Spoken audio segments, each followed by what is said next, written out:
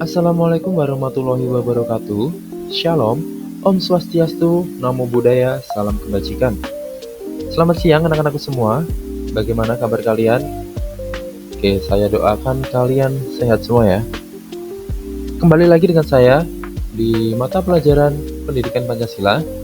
Hari ini kita telah masuk untuk pembahasan bab 3. Judulnya apa sih di bab ketiga itu? Judulnya adalah Kemerdekaan Berpendapat Warga Negara pada Era Keterbukaan Informasi. Oke, karena nanti di bab 3 ini tersusun dari banyak subbab, untuk hari ini kita akan belajar subbab yang pertama dulu. Subbab pertama itu apa? Nanti saya jelaskan setelah ini.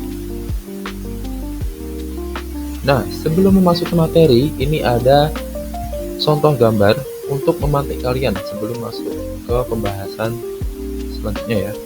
Nah, gambar yang di kiri atas itu apa? Ya, betul. Itu adalah contoh gambar demonstrasi. Terus yang bawahnya apa? Oke, yang bawahnya adalah contoh diskusi atau rapat atau apapun itu dalam konteks di sekolah ya. Entah ini rapat OSIS atau rapat kelas gitu. Nah, ini adalah contoh dari bentuk-bentuk penyampaian pendapat.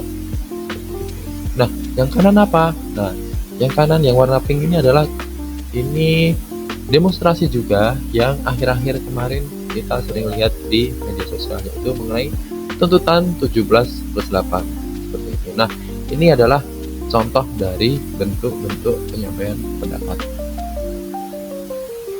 Oke. Nah, tujuan pembelajaran pada bab ini itu apa? Nah, setelah kalian mempelajari bab ini nanti sampai selesai, itu diharapkan kalian mampu menjelaskan mengenai kemerdekaan berpendapat warga negara pada era keterbukaan informasi sebagai salah satu bagian HAM, serta menemukan landasan hukumnya. Setelah itu, siswa juga diharapkan mampu menyampaikan pendapat baik secara lisan maupun tulisan. Ini bentuknya dalam praktek ya nanti, di pertemuan akhir-akhir nanti. Itu. Ini adalah alur pembelajaran kita untuk bab ini nanti. Ada 5 subbab ya. Akan tetapi karena ini waktunya terbatas, hari ini kita akan belajar di subbab pertama dulu, yaitu mengenai makna kemerdekaan berpendapat warga negara.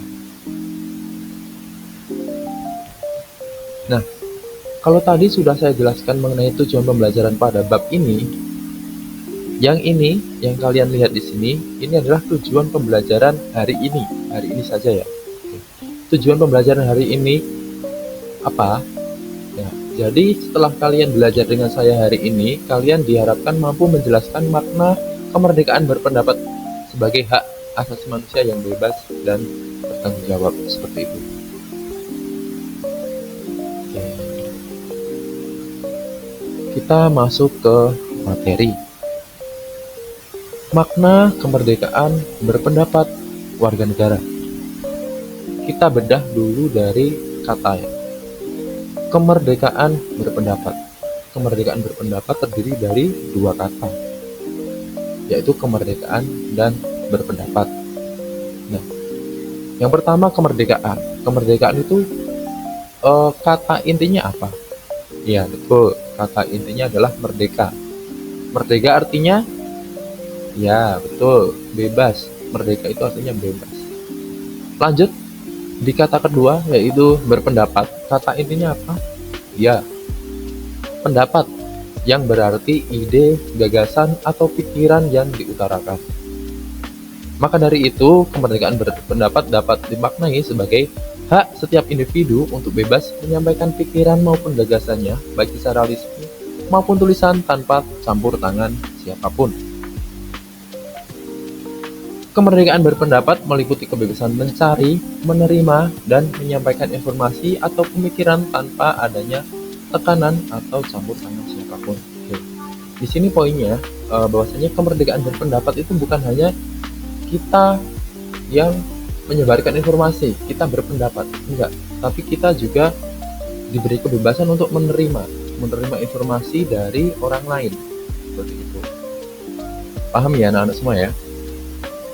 Lanjut. Nah,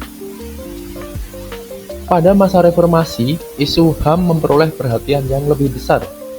Kalian tahu nggak kenapa pada masa reformasi, setelah Orde Baru, itu pembahasan HAM memperoleh perhatian yang besar?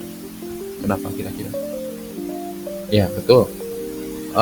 Jadi pada era sebelum reformasi, yaitu di era Orde Baru, itu terdapat beberapa pelanggaran HAM yang dianggap oleh masyarakat itu adalah pelanggaran HAM yang kategorinya cukup berat ya. Nanti untuk detailnya bagaimana, kalian bisa mencari literatur yang terpercaya untuk menggali informasi. Nah, karena di masa Orde Baru itu ada isu-isu mengenai pelanggaran HAM, maka di masa selanjutnya, masa reformasi, itu HAM mendapat perhatian yang lebih besar dari pemerintah. Seperti itu.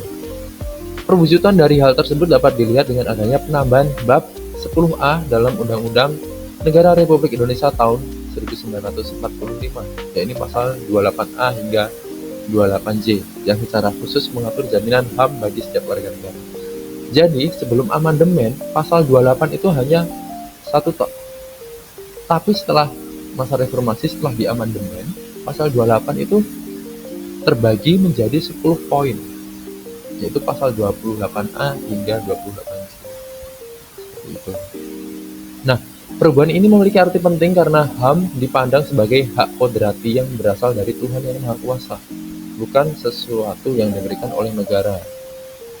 Sebelumnya pengaturan mengenai HAM dalam undang-undang itu masih terbatas, karena tadi cuma dibahas satu pasal aja. Maksud dari hak kodrati ini adalah, kalian tahu nggak apa makna dari HAM dipandang sebagai hak kodrati? Ya, betul. Hak kodrati adalah hak langsung dari Maha Pencipta atau Tuhan, yang nggak bisa diganggu-gugat oleh manusia. Contohnya apa? Contohnya adalah hak untuk hidup, hak untuk mendapatkan kehidupan yang layak, seperti itu. Paham ya? Oke. Nah, di sini kebebasan berpendapat itu adalah salah satu tolak ukur berjalannya negara demokrasi. Maksudnya apa? Ketika negara itu menyatakan bahwa negara itu adalah negara demokrasi, sudah seharusnya kemerdekaan berpendapat warga negaranya itu dijamin. Karena apa? Ya karena kan kalian tahu makna dari demokrasi adalah simpelnya itu dari rakyat, oleh rakyat, untuk rakyat. Nah, jadi ketika masyarakat ingin berpendapat itu ya harus dijamin oleh negara. Kalau warga negaranya nggak boleh berpendapat, berarti sistem demokrasinya itu nggak berjalan dengan baik. Paham ya? Nah, dalam tatanan kehidupan bermasyarakat, berbangsa, dan bernegara yang berlandaskan demokrasi, kebebasan untuk menyampaikan pikiran dan pendapat serta hak untuk memperoleh informasi merupakan bagian mendasar dari HAM. Itu adalah bagian mendasar dari HAM. Oleh karena itu, setiap negara yang menerapkan sistem politik demokrasi wajib memberikan jaminan yang jelas terhadap kebebasan warga negaranya dalam mengemukakan pikiran dan pendapat. Ini wajib memberikan jaminan. Kalau lingkupnya negara itu biasanya jaminannya tercermin di mana? Ya betul, di undang-undang ya biasanya. Kalau negara memberikan jaminan ke warga negara itu biasanya berbentuk undang-undang. Jadi kalian nggak bingung ya, kenapa kita tadi bahas HAM? Pertama kita bahas kebebasan berpendapat, terus kita membahas HAM sedikit tadi.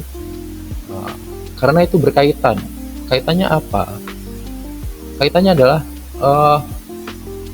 kebebasan berpendapat itu adalah bagian dari HAM. Maka dari itu tadi saya singgah sedikit mengenai HAM.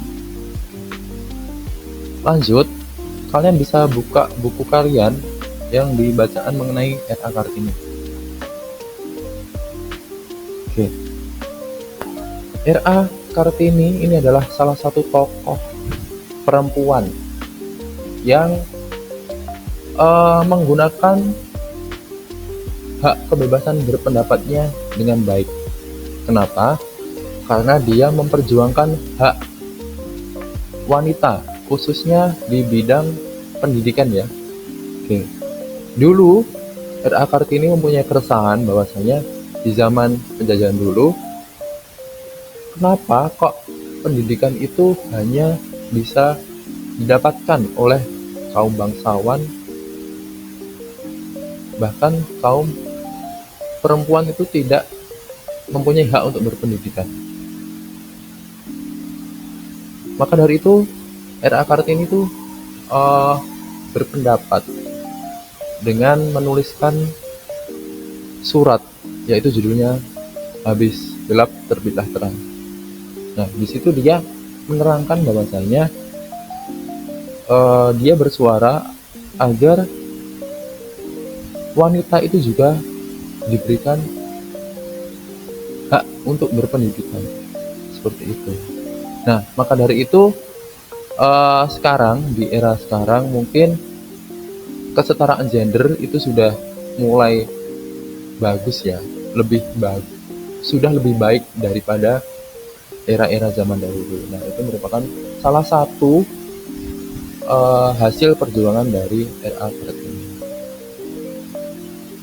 Oke, lanjut. Kemerdekaan menyampaikan pendapat diatur dalam Undang-Undang Nomor 9 Tahun 98 tentang kemerdekaan menyampaikan pendapat di muka umum.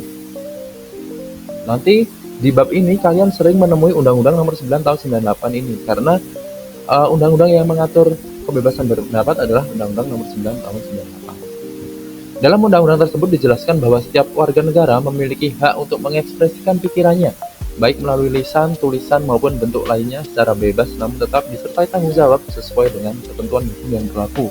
Di sini poinnya adalah secara bebas namun tetap disertai tanggung jawab.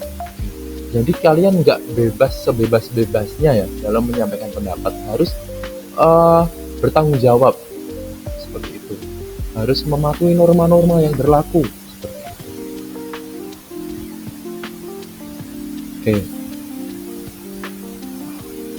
Seluruh masyarakat berhak mengemukakan pendapat dan pikirannya secara bebas, baik secara lisan maupun tertulis. Namun dalam pelaksanaannya, penyampaian pendapat perlu memperhatikan nilai-nilai serta etika agar tetap menghargai hak orang lain. Ini yang saya jelaskan tadi. Nah,